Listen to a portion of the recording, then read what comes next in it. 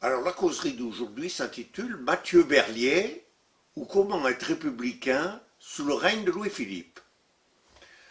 Le règne de Louis-Philippe, c'est 1830-1848 et c'est en même temps, pour faire court, une sorte de tentative pour concilier la monarchie et les principes de 1789.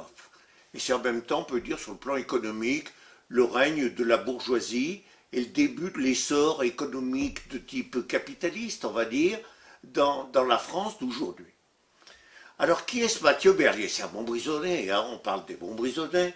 C'est un Montbrisonnais qui est né en 1803, qui est le fils d'un armurier, qui s'appelle Antoine Berlier, qui est armurier, boutiquier, fabricant même peut-être, rue de Boin. La rue de Boin, c'est l'actuelle rue de Marguerite Fournier, qui s'était appelée aussi entre-temps la rue de l'Hôpital. Et c'est le fils de Mathieu Berlier, c'est la petite bourgeoisie aisée et commerçante de Montbrison, favorable aux idées révolutionnaires. Alors on le voit parce que Antoine Berlier, le père, a acheté des biens nationaux en 1790, ça veut dire les biens du clergé. Il avait acheté une maison rue du Cloître Notre-Dame, c'est-à-dire à l'ombre de la collégiale Notre-Dame. Et les gens qui ont acheté des biens nationaux, leur intérêt, c'est d'être pour la Révolution. Ils ont très peur que le clergé ou les émigrés reprennent ces biens par la suite. Alors, Mathieu Berlier, donc, il pousse là, dans le quartier ancien de Montbrison. Il est élève au collège, en même temps qu'Eugène Beaune, d'ailleurs, Eugène Beaune, celui de la place Eugène Beaune, hein, en même temps qu'Eugène Beaune, et il commence des études en droit. Et puis il se marie très tôt, il se marie avec Benoîte Coquart, hein, qui est toute jeune. Ils ont mis la charrue avant les bœufs, hein, comme on disait, ou pas qu'avant les rameaux. C'est pour employer des expressions de l'ancien temps, c'est-à-dire qu'il y a un enfant qui va naître rapidement. Et le beau-père, donc, M. Coquart, le père de la mariée, il est chef de service, chef de division à la préfecture, puisque Montbrison est préfecture de la Loire. Et il fait rentrer son gendre, qui interrompt ses études, donc, et qui rentre à la préfecture. Et Mathieu Berlier, Benoît de Coquart auront, entre 1826 et 1848, 10 enfants. Ce qui n'est pas extraordinaire à l'époque. Hein, à cette époque, il y a beaucoup de familles nombreuses. Alors, comment on le voit apparaître, Mathieu Berlier? On le voit apparaître parce qu'en 1834, c'est la date de la seconde révolte des Canuts, il est brusquement arrêté et emprisonné pendant 8 mois. Alors pourquoi? Eh bien, il s'avère que Mathieu Berlier est le président d'une section de la Société des droits de l'homme, qui est une société républicaine. Et cette société républicaine à Montbrison, d'après l'enquête de la Cour des Pairs, a eu jusqu'à 80 membres, ce qui est tout à fait important, à une époque où les associations ne sont pas autorisées, à une époque où les partis politiques en tant que tels ne sont pas autorisés, à une époque où être républicain c'est un délit, puisqu'on conteste en somme le fondement même du régime. Alors en 1834, donc, il y a la seconde révolte des Canuts, qui fait très peur. Révolte, enfin une insurrection dans Lyon, et qui a des conséquences et des échos dans la Loire, puisque les ouvriers stéphanois se révoltent aussi. Il y a 700 ou 800 ouvriers stéphanois qui marchent sur la manufacture d'armes, pour essayer de prendre les armes, qui font une barricade. On envoie des pelotons à cheval de gendarmerie.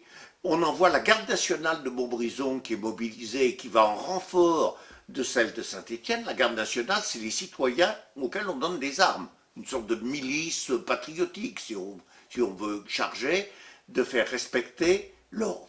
Et le préfet, ben évidemment le préfet de la Loire, il est sous les armes, hein, il est à la tête des forces de l'ordre, et le petit début d'insurrection qu'il y a eu à Saint-Étienne est quand même maté. Mais on en profite pour faire une rafle, comme on dirait aujourd'hui, dans le camp républicain. Et les républicains de Montbrison, qui sont tenus à l'œil, leur chef est arrêté, on va l'arrêter, quai des Eaux Minérales, où il a sa maison d'habitation. Et on voit aujourd'hui que cette section de la Société des droits de l'homme, elle est formée en partie de Montbrisonnais et en partie d'étrangers, parce qu'il y a alors à Montbrison un dépôt d'étrangers, des réfugiés politiques, hein, qui sont une trentaine, qui sont des Polonais et des Piémontais.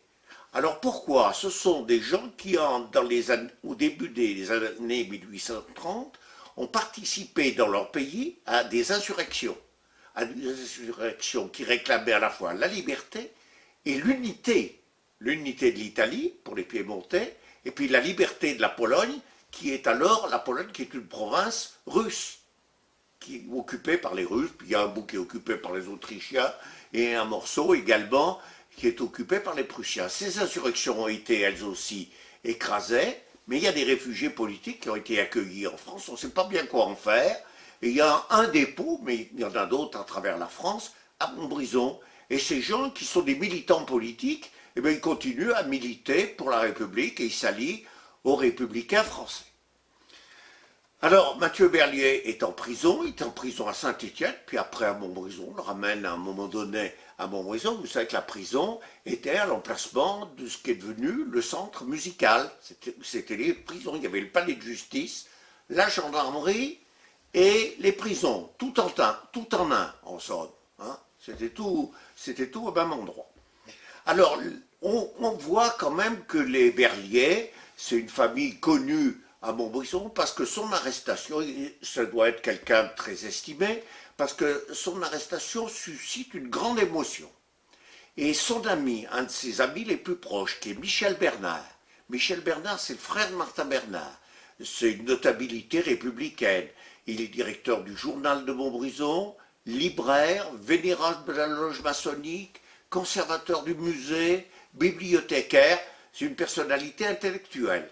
Et alors, Michel Bernard fait campagne dans son journal pour obtenir la libération de Mathieu Berlier, et il y a une grande pétition qui est signée par de nombreux prisonniers qui disent voilà, il est peut-être républicain, mais enfin, c'est un honnête homme, c'est quelqu'un, on répond de son honnêteté, etc. Alors finalement, le procès est instruit par la Cour des Pairs. La Cour des Pairs, c'est le Sénat d'aujourd'hui, si vous voulez, hein, les pairs de France, pairs, P-A-I-R-S. C'est le Sénat d'aujourd'hui qui peut se transformer en cour de justice pour juger les atteintes à la sécurité de l'État. Alors finalement, au bout de 8 mois, Mathieu Berlier bénéficie d'un non-lieu, de ce qu'on appelle un non-lieu, et il est libéré et il retourne sur le quai des eaux minérales et il reprend son poste à la préfecture. Mais d'une part, on l'aura à l'œil désormais, et puis on espère qu'il a été peut-être un peu calmé par ces 8 mois de détention. On sait bien que la prison préventive dans le domaine politique, elle a un rôle d'intimidation. Bon, et bien ça ne l'a pas intimidé du tout. Il a continué à être tout à fait républicain, militant républicain. Et on pourrait même dire, même si j'aime pas ce mot qui a une certaine connotation aujourd'hui, ça l'a radicalisé. Et comment on le voit? Eh bien, on le voit de la façon suivante. Il continue à avoir des enfants, il a retrouvé Benoît de Coquart, sa femme, il continue à avoir des enfants et il leur donne des prénoms révolutionnaires. Alors voilà un petit signe qui est amusant, comme quoi l'état civil peut nous parler, finalement. Alors en 1837, il a un fils qu'il appelle Saint-Just, Saint-Just comme l'archange de la terreur, l'adjoint de Robespierre, pendant la Révolution française. Il a un autre fils qu'il appelle Étienne Couthon, le deuxième prénom c'est Couthon, Couthon aussi un des membres du comité de salut public en 1793, qui était paralytique et il se déplaçait dans un fauteuil roulant qu'on peut voir encore aujourd'hui au musée Carnavalet à Paris. Alors c'est un fauteuil tout à fait ordinaire, mais avec des roues, hein, une sorte d'adaptation en somme de l'époque. Alors il a des fils qui s'appellent Saint-Just, Couthon, puis il y a un troisième qu'on appelle directement Couthon.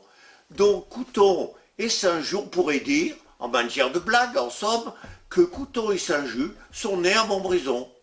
Mais Couthon Berlier et Saint-Just Berlier. Et puis ce Mathieu Berlier, qu'est-ce qu'il est devenu? Ben, on le retrouve en 1848. 1848, c'est en somme la victoire des vaincus de 1834. hein. C'est la proclamation de la Seconde République. Eugène Beaune est envoyé comme commissaire du gouvernement provisoire dans la Loire. Donc lui aussi qui avait été en prison, eh bien, et finalement c'est lui le préfet, désormais. Et les Montbrisonnais s'inquiètent beaucoup, parce que Montbrison a encore la préfecture. Et les Stéphanois, depuis des années, depuis 10, 20 ans, réclament à grands cris que le siège de la préfecture soit naturellement à Saint-Étienne, qui est une beaucoup plus grande ville, et qui s'est beaucoup plus développée que Montbrison. À Montbrison, il n'y a qu'à 5 ou 6 000 habitants. À Saint-Étienne, il y en a plusieurs dizaines de milliers, le développement de la passementerie, des mines, de la métallurgie, etc. Alors, à l'ordre du jour, il y a le transfert de la préfecture. Et Le Dru-Rollin, ministre de l'Intérieur, qui est un grand républicain, hein, eh bien, il est sans doute favorable. Alors, on lui envoie une délégation. Et qui on lui envoie dans cette délégation?